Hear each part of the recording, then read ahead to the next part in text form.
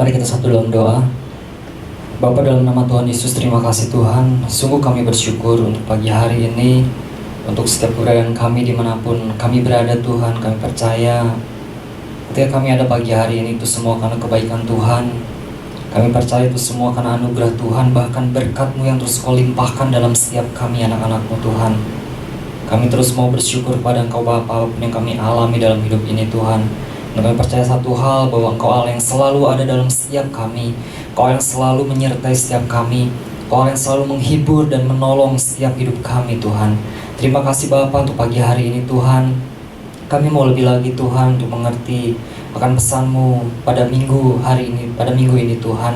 Dan kami mau lebih untuk kami berjalan bersama dengan Engkau Bapa, mengikuti arah dan tuntunan Engkau dalam setiap hidup dan langkah kami. Terima kasih Bapa. Kau urapi setiap kami yang mendengar dimanapun kami berada, dan Kau urapi hamba-Mu juga Tuhan. Terpujilah nama-Mu, yang di dalam nama Tuhan Yesus Kristus mari semua yang percaya katakan amin. Oke, shalom, selamat pagi Bapak Ibu dimanapun kita berada. Kita percaya semua kita dalam kondisi yang baik dan semua kita dalam kondisi yang sehat, karena kita percaya bahwa Allah kita, bahwa Tuhan kita, Dia yang selalu menyertai setiap hidup kita. Dan kita percaya akan pertolongan Tuhan itu nyata dalam setiap anak-anak Tuhan. Nah, mari Bapak Ibu kita buka bersama di dalam Keluaran 33 ayat 12 sampai yang ke-15. Keluaran 33 ayat yang ke-12 sampai yang ke-15 saya akan bacakan Bapak Ibu. Ayat yang ke-12 demikian firman Tuhan. Lalu berkatalah Musa kepada Tuhan, memang Engkau berfirman kepadaku, suruhlah bangsa ini berangkat, tetapi Engkau tidak memberitahukan kepadaku siapa yang akan Kau utus bersama-sama dengan aku. Namun demikian Engkau berfirman, aku mengenal namamu, dan juga Engkau mendapat kasih karunia di hadapanku. Maka sekarang, jika aku kiranya mendapat kasih karunia di hadapanmu, beritahukanlah kiranya jalanmu kepadaku, sehingga aku mengenal Engkau, supaya aku tetap mendapat kasih karunia di hadapanmu. Ingatlah bahwa bangsa ini umatmu. Lalu ia berfirman, aku sendiri hendak membimbing engkau dan memberikan ketentraman kepadamu. Dan ayat yang terakhir, yang 15. Berkatalah Musa kepadanya, jika engkau sendiri tidak membimbing kami, janganlah suruh kami berangkat dari sini. Nah, perhatikan langkahmu. Inilah yang menjadi pesan Tuhan bagi kita di minggu ini. Perhatikan langkahmu. Nah, Tuhan mau setiap kita Bapak Ibu, kita perhatikan setiap langkah kita. Kemanapun kita berjalan, kemanapun kita pergi, perhatikan setiap langkah kita. Awasi setiap langkah kita. Pikir matang-matang apa yang akan kita lakukan. Pikir matang-matang apa yang akan kita lakukan kemudian, hasil dari keputusan yang kita ambil. Dan yang pasti gini Bapak Ibu, kita harus libatkan Tuhan. Kita harus sertakan Tuhan di dalam setiap langkah kita, di dalam setiap keputusan yang kita ambil. Nah, ini yang terjadi pada Musa. Ketika Musa memimpin bangsa Israel keluar dari perbudakan Mesir, dan kita melihat bahwa Tuhan berjanji akan menyertai Musa. Tuhan berjanji akan menyertai Musa dan bangsa Israel. Nah, tetapi kita lihat apa yang terjadi di dalam Keluaran 32 ayat yang ke-8. Di dalam Keluaran 32 ayat yang ke-8 apa yang terjadi? Nah, segera juga mereka menyimpang dari jalan yang kuperintahkan kepada mereka. Mereka telah membuat anak lembu tuangan, dan kepadanya mereka sujud menyembah dan mempersembahkan korban, sambil berkata, hai Israel, inilah Allahmu yang telah menuntun engkau keluar dari tanah Mesir. Nah, kalau kita lihat, ternyata di dalam perjalanan mereka berubah setia kepada Tuhan. Mereka berubah setia kepada Tuhan, dan yang pastinya Tuhan ngelihat ini, ngelihat kelakuan mereka, Tuhan marah, Tuhan murka. Nah, kembali ke ayat utama Bapak Ibu. Di ayat yang ke-15, berkatalah Musa kepadanya, jika engkau sendiri tidak membimbing kami, janganlah suruh kami berangkat dari sini. Artinya, Musa paham sekali. Musa mengerti sekali arti sebuah penyertaan Tuhan. Dia paham banget. Dia tahu banget tentang penyertaan Tuhan. Nah, yang menjadi pesan Tuhan Bapak Ibu, yang menjadi inti pesan Tuhan, Bapak Ibu bisa lihat di web RDMB. Yang menjadi inti pesan Tuhan yaitu Tuhan mau kita memperhatikan setiap langkah kita. Tuhan mau kita memperhatikan setiap langkah kita. Keputusan-keputusan yang kita ambil, perhatikan itu. Pastikan gini, Tuhan terlibat, Tuhan ada di dalamnya, dan Tuhan menyertai di setiap langkah dan keputusan yang kita ambil. Nah, tentunya gini, Tuhan tidak mau melihat umatnya mengalami kerusakan. Tuhan tidak mau melihat umatnya mengalami satu penyesalan karena dia tidak memperhatikan setiap langkah yang dia ambil. Akhirnya suatu saat ini kita menyesal karena kita tidak memperhatikan langkah kita. Kita tidak memperhatikan setiap apa yang kita ambil, apa yang kita putuskan dalam hidup kita, karena kita tidak melibatkan Tuhan. Akhirnya suatu saat kita menyesal.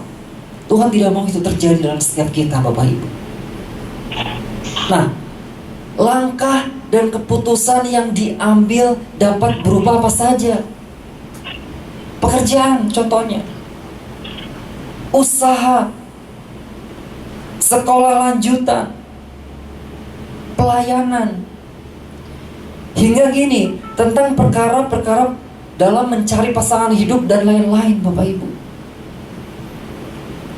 Nah, di dalam pesan Tuhan minggu ini ada dua hal yang ditekankan, yaitu yang pertama, perhatikan langkahmu. Perhatikan langkahmu. Dan yang kedua adalah kerusakan.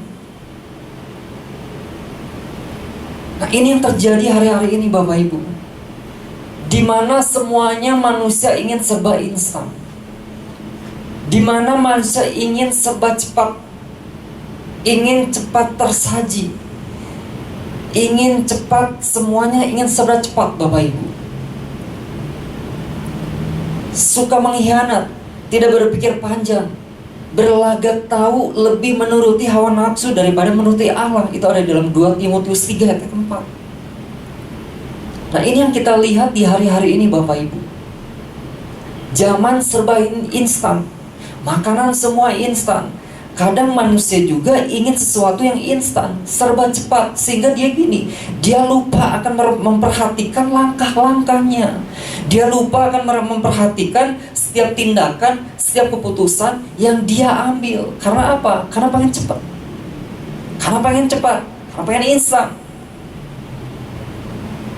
Sebagai orang percaya gini, ya betul, saya berdoa.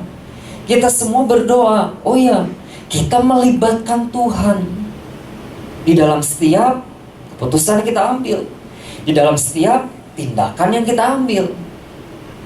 Nah, yang jadi prosesnya adalah gini, ada penantian di dalam setiap doa yang kita naikkan Bapak Ibu. Ada penantian di dalam setiap doa yang kita naikkan. Di zaman yang serba instan, di zaman yang serba cepat dan tersaji, mau gak mau gini, kita harus menunggu apa yang Tuhan katakan di dalam setiap doa yang kita naikkan Bapak Ibu. Ada penantian. Kita berdoa kepada Tuhan. Apa yang kita hadapi hari-hari ini? Apa yang kita sedang gumulkan? Apa yang sedang kita rindukan hari-hari ini? Di tengah-tengah itu ada penantian. Ada penantian. Dan kita lihat di tengah-tengah masa yang serba instan, serba cepat, kita harus tetap menunggu jawaban Tuhan. Kita harus tetap menunggu apa yang Tuhan katakan di dalam setiap doa yang kita naikkan. Betul Bapak Ibu, ini enggak mudah. Ini nggak mudah, dibutuhkan kesabaran. Dibutuhkan apa? Dibutuhkan sebuah ketekunan dalam menanti janji Tuhan. Diperlukan suatu ketekunan di dalam kita menanti jawaban Tuhan. Nah, di dalam Keluaran 33 ayat yang ke-18, di dalam Keluaran 33 ayat yang ke-18 ini menarik sekali. Tetapi jawabnya, perlihatkanlah kiranya kemuliaanmu itu kepadaku. Perhatikanlah kiranya kemuliaanmu kepadaku. Nah, Musa benar-benar membutuhkan kepastian, Bapak Ibu. Musa benar-benar membutuhkan kepastian bahwa Tuhan menyertai dia, bahwa Tuhan ada di pihak dia, bahwa Tuhan melindungi dia, Tuhan berkenan pada dia. Nah, mungkin kita berkata, bagaimana nih, saya harus ambil keputusan secepatnya, saya harus mengambil keputusan sekarang. Saya sudah berdoa dan bertanya kepada Tuhan, saya sudah melibatkan Tuhan dalam setiap apa yang saya gumulkan dalam hidup saya. Nah, ketika kita sudah nggak bisa ambil keputusan, Bapak Ibu, kita ada di dalam area ya atau tidak, dan kita masuk dalam keraguan-raguan. Apakah keputusan kita yang kita ambil itu benar atau tidak? Apakah keputusan yang kita ambil itu sesuai dengan kehendak Tuhan atau tidak? Nah, di saat kita membutuhkan keputusan yang cepat, Bapak Ibu, betul, kita berdoa pada Tuhan, Tuhan tolong saya. Kita libatkan Tuhan, betul, Tuhan beri saya jawaban. Nah, di saat itu kita harus membutuhkan orang-orang di sekitar kita, Bapak Ibu. Kita bisa datang kepada orang-orang yang benar-benar rohani. Kita harus datang kepada orang-orang yang hidup di dalam kebenaran. Datang kepada mereka, datang kepada orang yang tepat. Gembala kita, kakak rohani kita, orang yang membimbing kita di dalam kerohanian. Untuk apa? Untuk dia membantu kita supaya gini, kita tidak keluar dari tracknya Tuhan, kita tidak salah melangkah, kita tidak keluar dari apa yang Tuhan mau dalam hidup kita. Artinya, jangan datang kepada orang yang salah. Ketika kita datang kepada orang yang salah, kita butuh keputusan yang tepat. Betul, kita sudah berdoa, kita sudah menaruh pengharapan dalam Tuhan, kita melibatkan Tuhan, lalu kita datang kepada orang yang salah. Akhirnya apa? Akan ada sebuah keputusan yang salah yang akan kita ambil. Akan ada sebuah nasihat yang salah yang akan dia berikan dalam setiap kita. Kita mulai mengalami satu keraguan-raguan, dan kita mulai dilingkupi oleh hati dan pikiran yang meragukan setiap kita. Segera datang kepada orang yang tepat, Bapak Ibu. Bisa jadi gini, ketika kita mengalami satu keraguan-raguan dalam hidup kita, kalau kita tidak bereskan secepatnya, itu si licik bisa bersarang dalam setiap hati dan pikiran kita. Si iblis bisa berusaha dan dia memanfaatkan pikiran dan hati kita. Dia jago, dia lihai, tetapi apa? Dia licik. Di dalam Amsal 3 ayat yang kelima dikatakan apa? Janganlah bersandar kepada pengertianmu sendiri. Janganlah bersandar kepada pengertianmu sendiri. Bukan berarti gini, Bapak Ibu, kita nggak boleh melangkah. Bukan berarti kita nggak boleh ambil keputusan. Setiap manusia pasti mempunyai satu rencana. Setiap manusia pasti mempunyai satu daftar rencana kehidupan dalam langkahnya, dalam setiap kehidupan mereka, dalam setiap kehidupan kita pasti punya daftar rencana. Nah, pertanyaannya gini, apakah daftar rencana yang sudah kita buat itu kita bawa kepada Tuhan? Kita libatkan Tuhan atau tidak? Kita perhatikan gini, banyak hal yang menggiurkan di depan sana. Banyak hal yang menggiurkan di depan kita. Dunia menyajikan apa Bapak Ibu? Dunia menyajikan kesuksesan. Oh ya. Dunia menyajikan apa? Keberhasilan. Sudah pasti. Dunia menyajikan apa? Harta yang melimpah. Dunia menjanjikan apa? Kemewahan. Ada investasi segini, sebulan dapat 30%. Nah, bukankah ini yang dunia tawarkan? Dari dulu sampai sekarang, ini yang dunia tawarkan dalam setiap kita anak-anak Tuhan. Hidup mewah salah nggak? Nggak salah. Hidup berkelimpahan salah nggak? Nggak salah. Tapi kita harus paham gini, saya harus paham gini, arti kesuksesan dan keberhasilan di mata Tuhan adalah gini. Ketika kita hidup di dalam kehendak dan rencana Tuhan, itu arti kesuksesan. Selaras dengan apa yang Tuhan mau.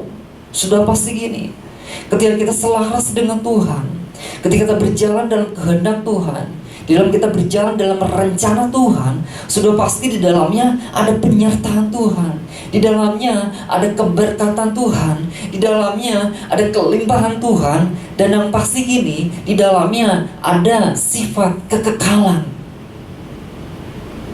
Apa yang dijadikan dunia? Sifatnya tidak kekal, yaitu sifatnya fana, Bapak Ibu. Apa yang dijanjikan Tuhan itu bersifat kekal. Nah, jangan sampai kita salah melangkah Bapak Ibu. Melalui pesan Tuhan ini, perhatikan langkahmu, perhatikan langkah kita, perhatikan apa yang akan kita ambil, perhatikan setiap keputusan-keputusan yang akan kita ambil. Jangan sampai kita salah melangkah Bapak Ibu. Karena saya percaya gini, setiap langkah hidup kita, ketika kita melangkah mengikuti arahan Tuhan, ketika kita melangkah mengikuti tuntunan Tuhan, kita melangkah hari demi hari, kita melangkah terus, kita tidak sadar sebenarnya gini, kita sedang membangun pasal demi pasal kehidupan. Kita melangkah terus melangkah. Kita sedang menyusun pasal-pasal kehidupan. Kita sedang menyusun pasal-pasal rencana Tuhan. Dan nanti kita lihat, ketika kita melihat pasal-pasal yang sudah tersusun itu, dalam setiap langkah hidup kita, kita lihat ada gambar yang begitu dahsyat, ada gambar yang begitu luar biasa yang sudah Tuhan rancangkan dalam hidup kita, yang sudah Tuhan sediakan dalam hidup kita. Wow, ini luar biasa banget Bapak Ibu. Ada perkara-perkara yang dahsyat yang Tuhan sediakan dalam hidup kita. Perhatikan langkah kita, perhatikan setiap langkah kita. Nah, ketika kita sudah gak bisa ambil keputusan, saya katakan tadi, kita berada di area apa? Keraguan-raguan. Hati-hati itu Bapak Ibu. Hati-hati itu.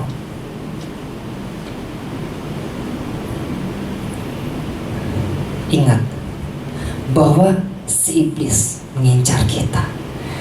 Ingat bahwa si jahat terus mengincar kita. Dia membawa kita ke area abu-abu. Dia membawa kita ke area abu-abu. Dia terus menghembuskan keraguan-raguan itu, kebimbangan itu dalam setiap kita, keputusasaan itu sampai kita tergelincir. Dan pada akhirnya, ketika kita tergelincir dan ketika kita jatuh dan kita keluar dari rencana Tuhan, akan ada kerusakan yang terjadi dalam hidup kita. Nah, hati-hati Bapak Ibu. Segera ambil tindakan, jangan biarkan keraguan-raguan itu. Terus perhatikan langkah kita. Yang kedua, beberapa hal yang harus kita perhatikan berkaitan dengan pesan Tuhan ini. Perhatikan langkahmu. Yang kedua, lepaskan apa yang di luar kendali kita. Di dalam Keluaran 33 ayat yang ke-16. Keluaran 33 ayat yang ke-16, firman Tuhan mengatakan apa?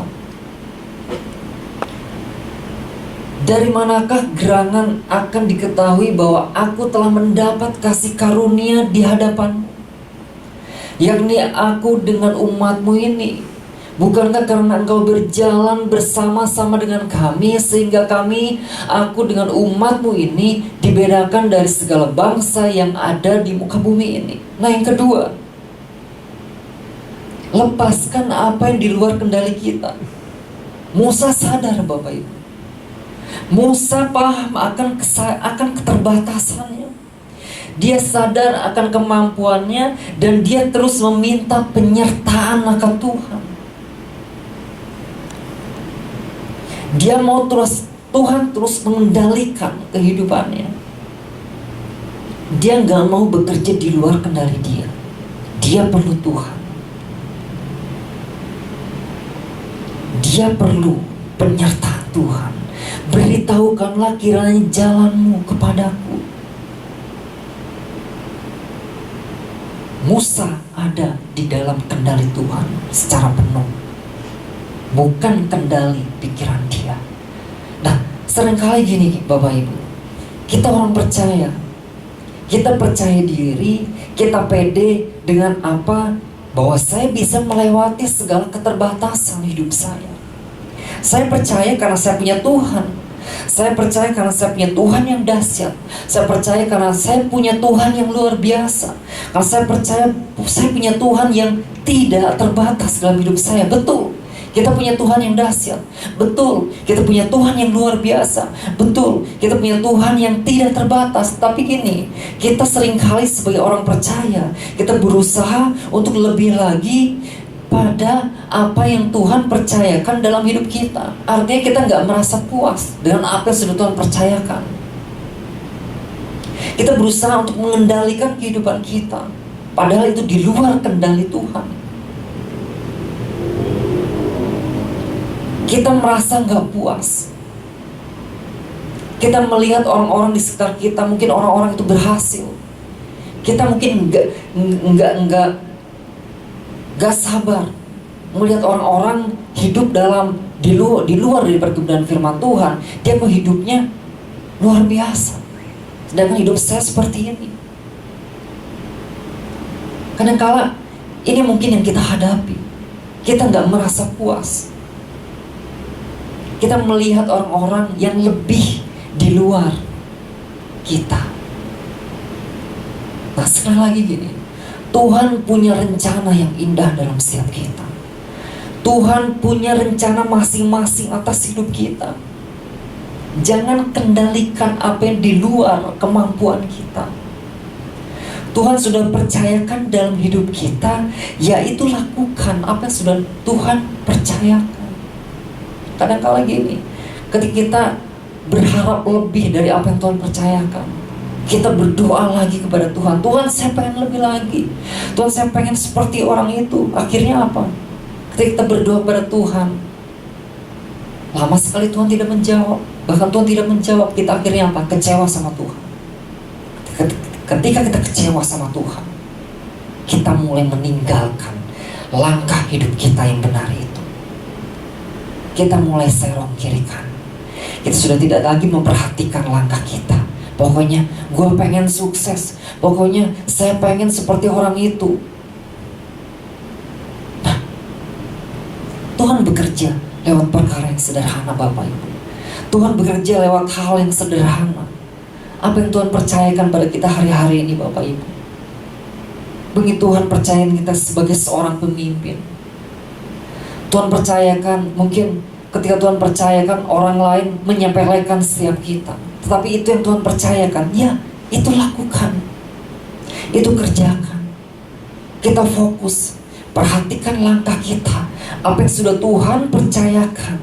Apapun itu, perhatikan langkah demi langkah dalam hidup kita.